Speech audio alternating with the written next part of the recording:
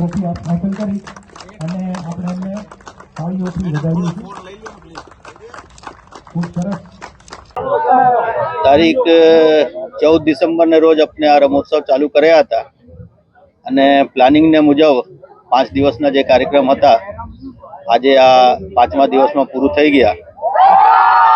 આ દરમિયાન કોઈ પણ આવા બનાવ શહેરમાં નથી થયા કે કોઈ આવા બંદોબસ્ત નથી આવ્યા જેથી કે આ કાર્યક્રમને આપણે ડિસ્ટર્બ કરવામાં આવે અને આને બંધ કરીને બીજા કોઈ બંદોબસ્તમાં મોકલવામાં આવે, જેથી આ પ્લાનિંગને મુજબ કાર્યક્રમ પૂરું થયા છે. આ રમોત્સવમાં બધા ખેલાડીઓ જે છે આ પાર્ટિસિપેટ કર્યા છે અને આ 5 દિવસ સુધી સતત આ ખેલની મેદાનમાં આ લોકો ખેલદિલીથી આ રમોત્સવમાં ભાગ લીધા.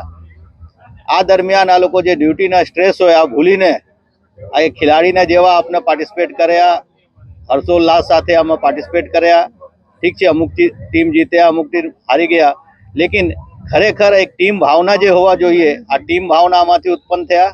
અને રાજકોટ પોલીસ જેવી રીતે આ રમોત્સવમાં પાર્ટિસિપેટ કર્યા એક ટીમ ભાવના સાથે, આવી રીતે શહેર પોલીસ ઉપર જે કંઈ પડકાર ફ્યુચરમાં પણ આવે આ એક ટીમ ભાવના સાથે બધા એકસાથ ભેગા મળીને આમાં આ પૂરું કરશે આ ઉમ્મીદ સાથે આ રમોત્સવ આજે પૂરા કર્યા છે. આ ક્રાઇમ બ્રાન્ચની જે ટીમ હતા, ક્રાઇમ બ્રાન્ચની એકચ્યુઅલી બ્રાન્ચેસની ટીમ કહીએ, આમાં ક્રાઇમ, ટ્રાફિક અને બાકી જેટલા બ્રાન્ચેસ હતા બધાને એક સંયુક્ત ટીમ બનાવ્યા હતા. તો આ બ્રાન્ચેસની ટીમ જે છે આમાં વિજેતા થયા છે.